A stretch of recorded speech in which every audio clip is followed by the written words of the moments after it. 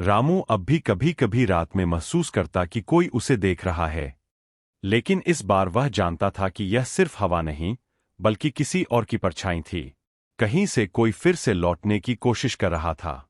गांव में सब कुछ सामान्य लगने लगा था, लेकिन रामू के मन में अजीब सी बेचैनी थी।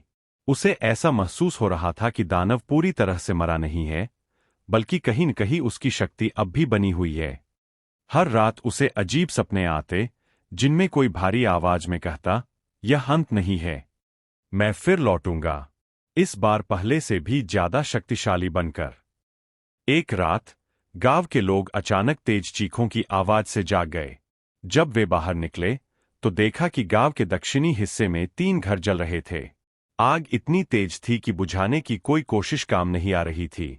गांव के बुजुर्गों ने कहा, यह कोई आम आग नहीं है, यह कुछ अशुभ संकेत है। रामू को एहसास हुआ कि यह दानव की कोई नई चाल हो सकती है। वह तुरंत उस साधु के पास पहुंचा, जिसने पिछली बार दानव को नष्ट करने में उसकी मदद की थी। साधु गंभीर स्वर में बोले, तुमने दानव के शरीर को नष्ट कर दिया था, लेकिन उसकी आत्मा अब भी भटक रही है।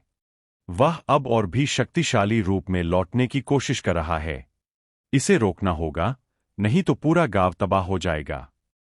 गांव में लगातार अजीब घटनाएं होने लगीं।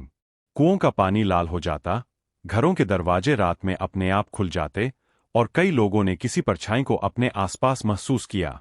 एक दिन गांव का ही एक आदमी, मोहन, अचानक गायब हो गया।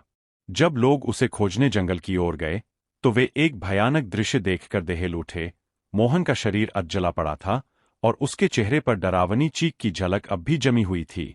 उसके शरीर के पास जमीन पर खून से कुछ लिखा हुआ था, मैं लौट आया हूं। यह देख पूरे गांव में दहशत फैल गई। अब यह साफ हो चुका था कि दानव पूरी तरह खत्म नहीं हुआ था। वह धीरे धीरे अपनी शक्ति वापस हासिल कर रहा था और गांव के लोगों को निशाना बना रहा था। साधु ने रामू को एक प्राचीन ग्रंथ दिया, जिसमें उस दानव का असली इतिहास लिखा था। वह कोई साधारण राक्षस नहीं था, बल्कि हजारों साल पहले एक अत्याचारी तांत्रिक था, जिसने अमरता पाने के लिए भयानक तंत्र साधनाएं की थीं। लेकिन एक सिद्ध योगी ने उसे रोककर उसे श्राप दे दिया था कि वह हमेशा एक दानव के रूप में जंगल में कैद रहेगा। लेकिन जब रामू ने पहली बार उसे हराया था, तब उसकी